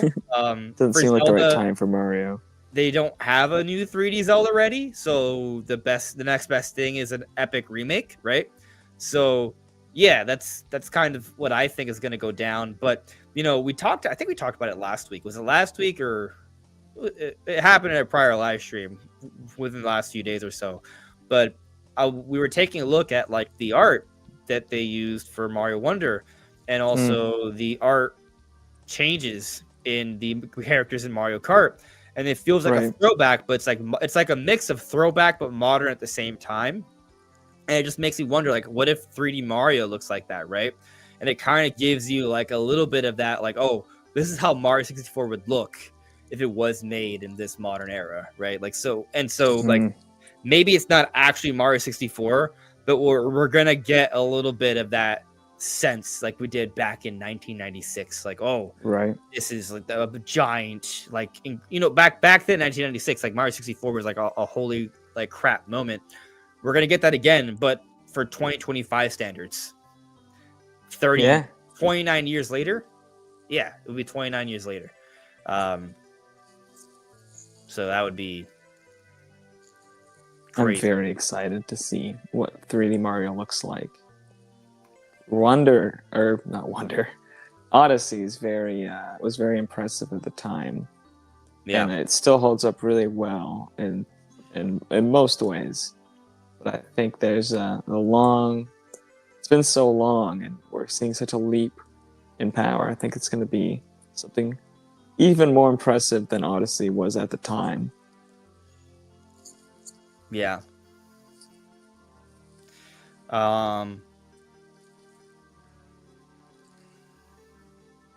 Let's see here. NetWeedO9, the visuals are so Mario Kart 64. It's amazing. I probably read that out of context. But I do think Mario Kart 64 visuals were amazing for the time. Or at least, like, interesting. Because they didn't go, like, full 3D visuals for Mario Kart 64. Like, I still use sprites. But a lot of N64 games are like that. You use a lot of sprites. But it was sprites in a 3D environment, and they used. It was interesting because you could see like them still in various angles. So it worked. I mean, it was definitely cool looking. Yeah, I think it worked really well. Like, it'd be interesting, Brandon. Like, what if we were to rank all the Mario Kart games based off how impressive they were from a technical perspective for their respective generations? Would we be able to do that? I mean, we would. Curious. There's a few of them where it's going to be like Wii and DS. I'm curious how to rank those. Yeah. Just because they're so much far behind other things. Yeah. But like Mario Kart 8, I think you kind of have to take other consoles out of it and just see how it is impressive for the console that it came out for. What? Because otherwise, everything that came out after like GameCube would be pretty unimpressive for the time. What's that ranking website? Oh, video games tier list templates. Is that it? I guess. I don't know. Make a template. Tier lists are after my time on YouTube. People weren't doing tier lists then. Not for Nintendo stuff. Now everybody's doing tier lists. Oh, do I have to choose images for each one? That makes it harder.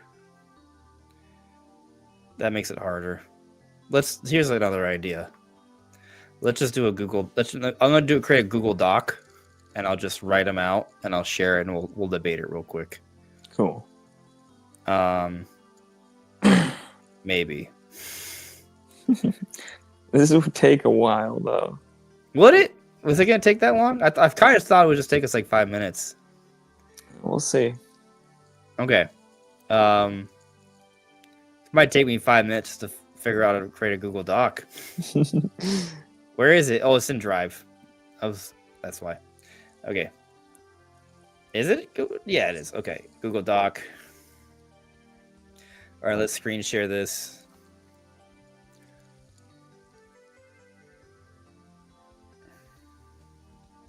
I hate it when I get like weird advice things that annoys the. Like, what is that? What is that? Yeah, right. It's like have you used a PC before? This is move the mouse, click OK. Right. Like, yeah, I know. So we got Super Mario Kart for Super Nintendo, Mario Kart 64, Mario Kart Super Circuit for Game Boy Advance, which I have zero recollection of. That's like the only Mario Kart I didn't really play. I'm trying to look up like. like a quick YouTube video of it or something. Mario Kart Super. Actually, I mean, I think screenshots will probably do it justice, but oh my god. Well, you gotta remember it's Game Boy Advance. Yeah. If I share this screen, is it gonna look weird? Does it look weird? It looks like I don't know, not weird. Looks fine. Okay. I mean, yeah, it looks like all right. basically like any That's the game. SNES. That's the game. Honestly, looks pretty good to me. Yeah, I mean, Game Boy Advance. It's probably pretty comparable to like the SNES game. Yeah. GBA was around like SNES power, relative. Yeah, Super Mario Kart SNES. Oh my god.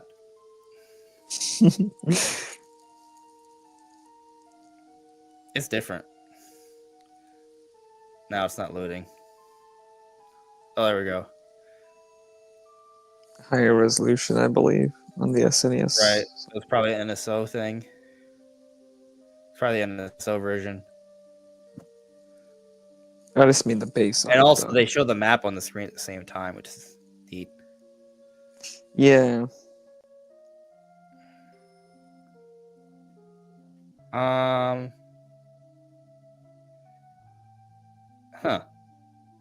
I mean, I Mode 7. This is very impressive at the time. Yeah, like part of me wants to say this is more impressive than Game Boy Advance.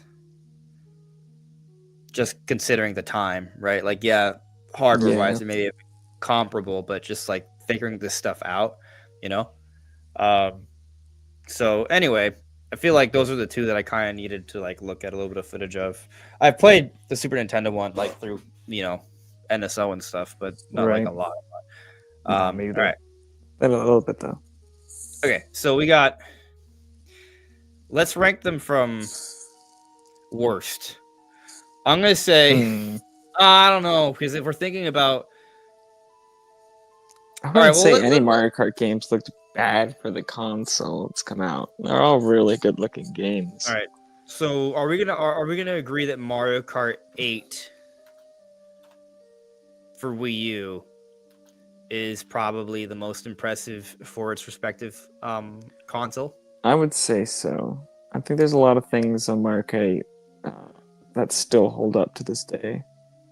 Not every aspect of the game for sure. There's still a lot of stuff that's pretty impressive. We're not doing Mario Kart Tour, just so we're clear. You know, I remember actually being fairly impressed with Mario Kart DS. Okay. I didn't play DS. Oh, it was awesome. 3DS. Story mode and bosses and stuff. It was pretty crazy. Oh, that sounds dope. Yeah. I'm not. So I'll tell you this. I do think Mario Kart Double Dash is more impressive than Mario Kart Wii. Yeah. Mario Kart Wii. To be honest, I don't think it was that impressive. Like it was a very fun game, but I felt like they went really simple. Now they did up the character count, the amount of racers on track to 12 at the time. So I do think that's worth considering. But also, Double Dash had 2 characters per kart, so it was actually 6 playable characters at a time. So I would all you have to do is land and stuff. But was that even possible? Either way, there was more going on in Double Dash than Wii, I would argue. So I'll go with Double Dash over Mario Kart Wii. It starts to get trickier, and I think you know, I'll go as far as actually call me crazy, but considering the time, Super Mario Kart for SNES. Okay. Am I kind of crazy? I mean that Mode 7, right? It's a big deal. Yeah, it's a big deal. They didn't have really too much like 3D games then. So the Mode 7 stuff was kind of like a game changer. Yeah, for sure, for sure. I'm pretty sure Super Mario Kart wasn't the first game to do it. You had like F-Zero and stuff, but still. I feel like Mario Kart 7 on 3DS is a very impressive game for that system. I would put it above Mario Kart Wii. That's for sure. Yeah. Do you want to put it above Double Dash? I don't know. Maybe. It's a very, very good looking 3DS game. And 3DS is a very weak system.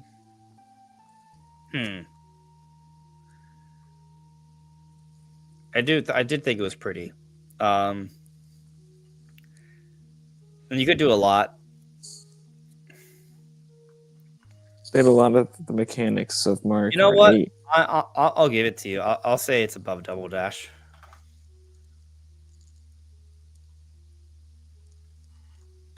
I'm okay with that. But Mario Kart DS, like I'm just thinking about it in relation to how impressed I was with the game for the piece of hardware. Yeah. DS was just a very weak piece of hardware. Right. Very weak. I almost want to put DS above Mario Kart 7. But pull up a trailer of Mario Kart DS, because I have not seen that. Okay. How that looks.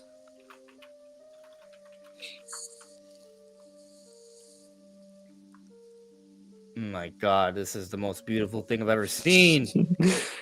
Look at those blacks. So black. Holy cow! Look at that pre-rendered CGI. How can you not think this is the best looking game of your life? All right, I'm just trying to. If it looks even kind of good, I'll be impressed for DS. Okay. Look at that Wario butt.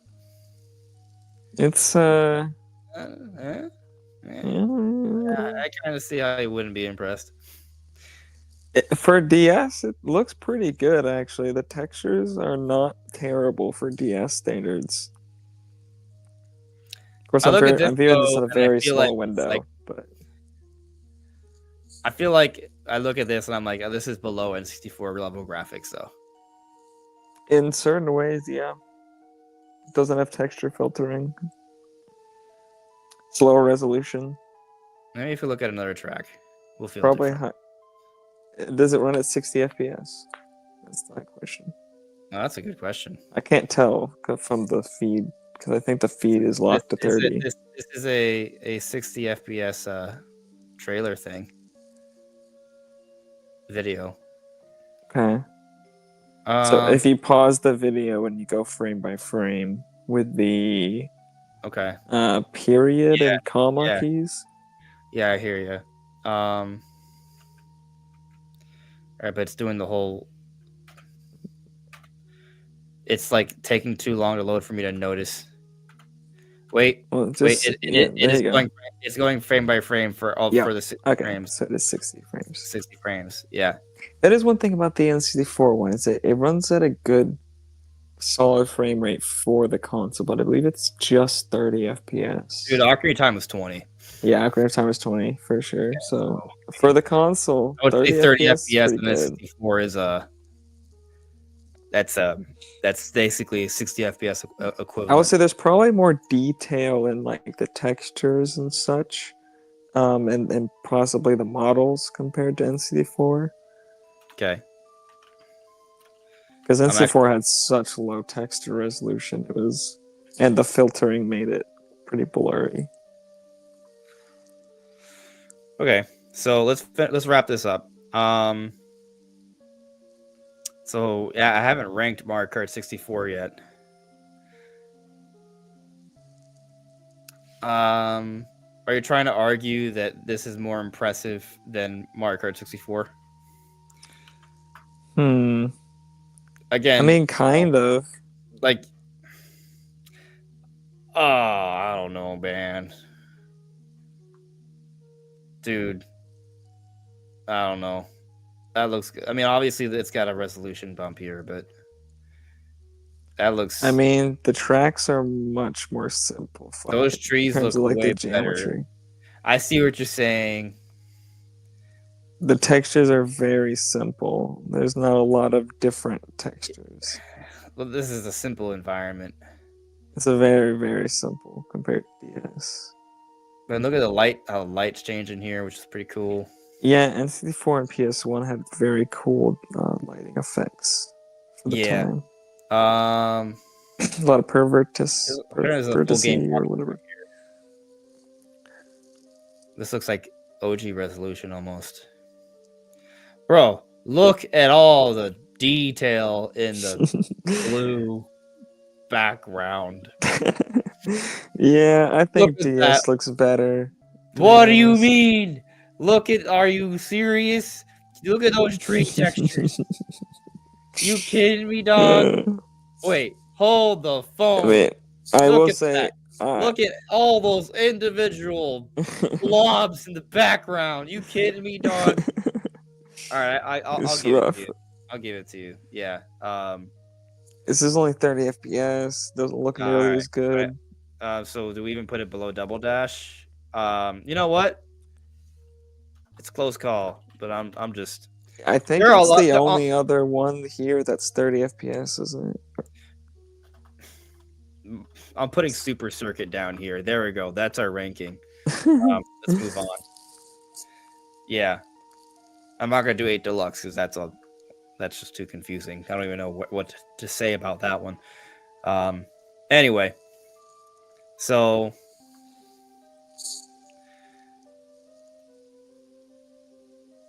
No, I didn't show specifically Double Dash. Yeah, we were only showing stuff so that we could get, like, the understanding of what it looked like. We weren't just showing everything. It was just for us. Right. Yeah, it was just to kind of remind us how they looked. So yeah. I do see another new super chat here. Taker610, is Mercury Steam working on another Metroid now? Great question. I do not know. But should they be? Possibly. Yes. Am I willing to predict that they are? Yes. But do I know? I do not know. It's kind of hard to believe that they wouldn't be, just because Metroid Dread was like the most successful Spanish-made game of all time. So I kind of feel like they should. Crazy, I didn't know that. Yeah. I might be full of it, but I'm not sure. Most successful. This might even be. I don't actually. I might not be totally full of it, but I feel like I might have heard this somewhere. Most successful Spanish-made video game, because there aren't too many big Spain developers. Most of the big developers are Japan. Or in the States, there are some, Western European developers too, like, Ubisoft. Commandos, 1998, is considered the best-selling Spanish video game in the world. It was developed by Pyro Studios. It is known for its cooperative gameplay. Commandos. I mean, what kind of sales is Commandos? Who could have heard of that? 1998. Sales numbers.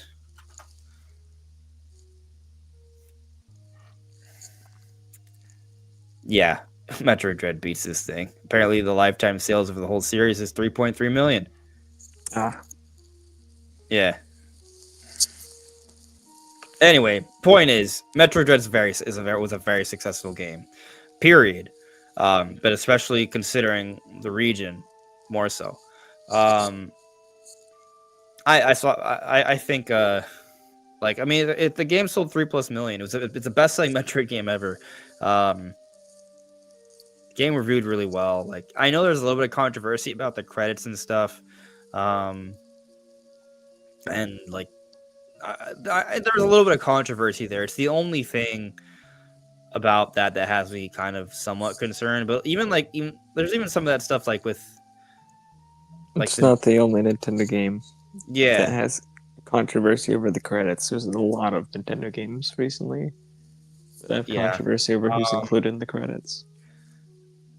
I think there was something else about like it being a rigorous development environment, maybe.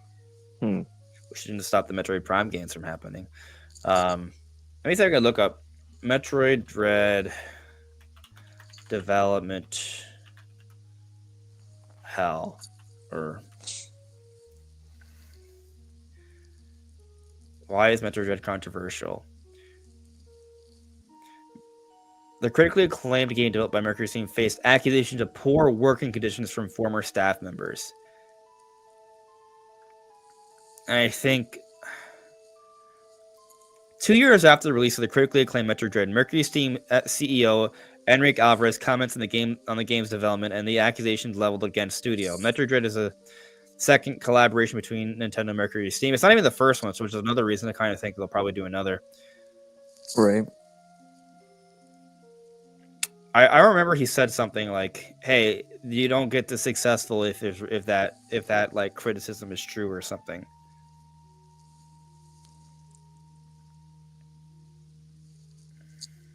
Oh, here it is. Alvarez simply stated that he didn't believe it was chaotic, commenting that if it was as chaotic as it was claimed, then it wouldn't have resulted in Metroid Dread winning an award at the Game Awards or selling 3 million copies. I mean, the thing is, like, there are going to be... Like, not everyone's going to agree with a work environment, right? Like, not every employee is going to be totally happy. And sometimes there may be disagreements. And so, if someone left that work environment, didn't think they had the best experience, they may talk about it, right? That doesn't mean that the entire, like, project was a hellhole filled, like, plagued by, unethical things going on. Now, that doesn't mean it was perfect, but my point is simply... I don't think there's enough here to say, hey, they're not going to make another Metroid Dread because of this unfounded controversy, right? It was an accusation that didn't really like pick up a lot of steam. Pun not intended because the developer is Mercury Steam. So anyways, given that they've already made 2 Metroid games, how successful it was, I think there's probably going to be another one. Yeah. Most likely. Yeah. Samus Returns came out 2017. Dread came out 2021. So yeah, kind of crazy. Like technically, we could be, assuming that all things are equal, like we would get another one this year, which I strongly doubt because this is switched to a launch year. Prime 4 is coming out this year, but I do think they could be close and maybe sitting on it, and it may come out. I mean, they did come out with the first Samus Returns came out in 2017, right? So it came out the launch year of Switch. Yes. Not for Switch though. But it did come out during the launch year. So technically, maybe there is another one. Supposed to come out this year. I know. I get what you're saying, but Switch was back. Like, if they weren't compatible with each other, then maybe I'd be like, hey, that would be a similar thing. But no, I doubt it. They are different enough that it could happen, but I feel like they will just have them in separate years. Maybe next year, though. Maybe next year, but to be honest with you, like I'm kind of like, well, what if Prime 4 has DLC and stuff? Like, I almost feel like you just gotta sit on it for a little bit. I don't think I'm just gonna go on a limb. I don't think Prime 4 is gonna have DLC. I also don't think it's gonna have multiplayer. I think it's just going to be the campaign, and then it's just gonna be what it is. But we'll see. I don't know. I know recently Nintendo hasn't had DLC in their games, but that's also because I'm pretty sure they've just been getting ready for the next project. Now, maybe you may want to see, maybe Retro Studios wants to jump into Metroid Prime 5, and because that would be a totally ground up, Switch 2 game, and so it would be different. Yeah, it's a tough call. Regardless, though, I think that there probably is a 2D Metroid. I think Nintendo is likely going to hold off on releasing it immediately because of Prime 4. Does that mean we have to wait till 2026 or even 2027? We shall see. Anyways, I feel like, we might be able to wrap it up for tonight. I'll check in with the chat if there's anything else that they want talk about or ask me about. So final couple minutes here for some questions. Boo Mini put a super chat here. Thank you for the super chat. But which Ocarina of Time temple brings you the most nostalgia?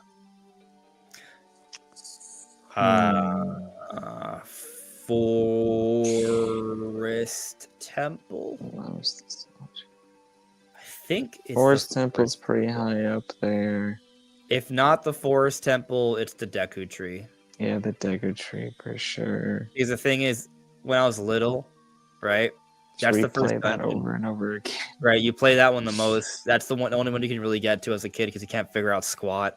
And dude, I can't even figure out how the NC4 memory packs worked. So, like, I just played it like it was a classic console. No saves. You just play till you get as far as you get, and then next time you play, you start again.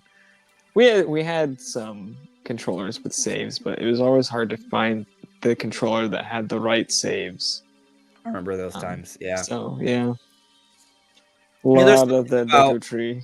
There's something about not being able to get very far in a game or getting stuck in an area.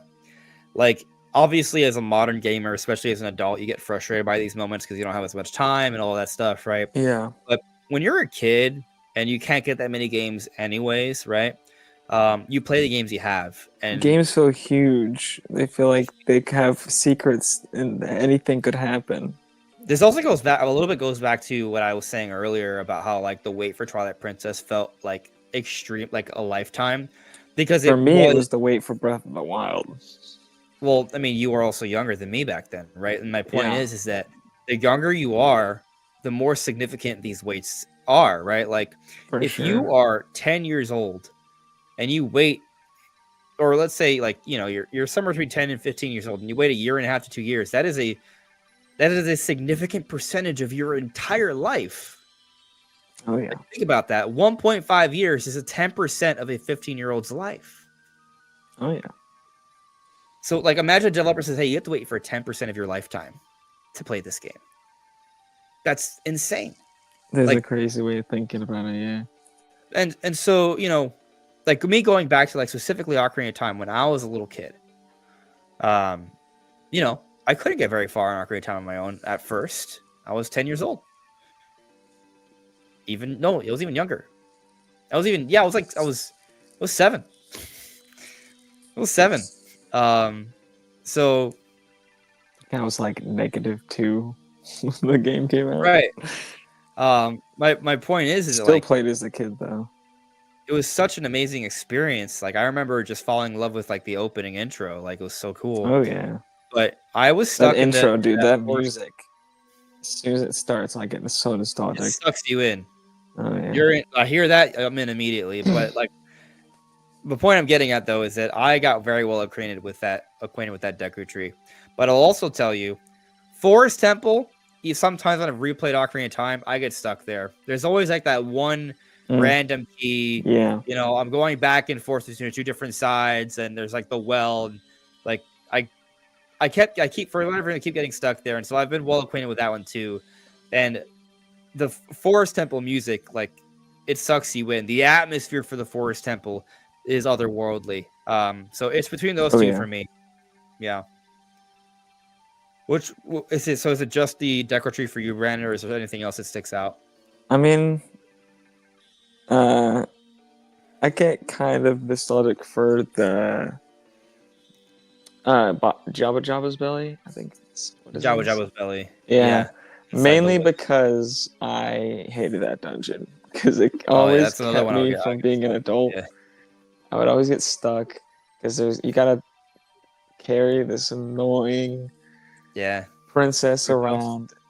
It's like a maze, and if you go down the wrong place, then you have to go like all the way back around to try to find your way. And as a kid, I did not understand how things connected at all. I remember not being able to beat the squid. Whatever, the giant Octorok. It just going in circles. I kept trying to hit it with a boomerang, but I would always like strafe into the spikes and have to reset and eventually just die. I remember having a lot of trouble with that one too when I was young. Yeah. So I think we have reached the conclusion for tonight's live stream. Thank you everyone for coming by. We appreciate you. Ruby appreciates you. She loves the support. But we'll see you soon. I am going to try and stream again this Thursday. Maybe I'll say something. Also, a shout out to Taker610 with the last minute super chat here. Super Metroid also had development crunch. It seems like a lot of Metroid games have had some development crunch. There's high expectations for Metroid, which is pushed those teams apparently. That's hopefully with Prime. Prime 4. Hopefully they didn't put the developers through any sort of ridiculous like environment. But it has taken a long time for them to put it together. So it was probably just an arduous process, and they took their time with it because they kind of needed to make sure it was as good as possible. So, for sure. Fingers crossed. All right, everyone. We'll see you soon. Have a good one. Bye, guys.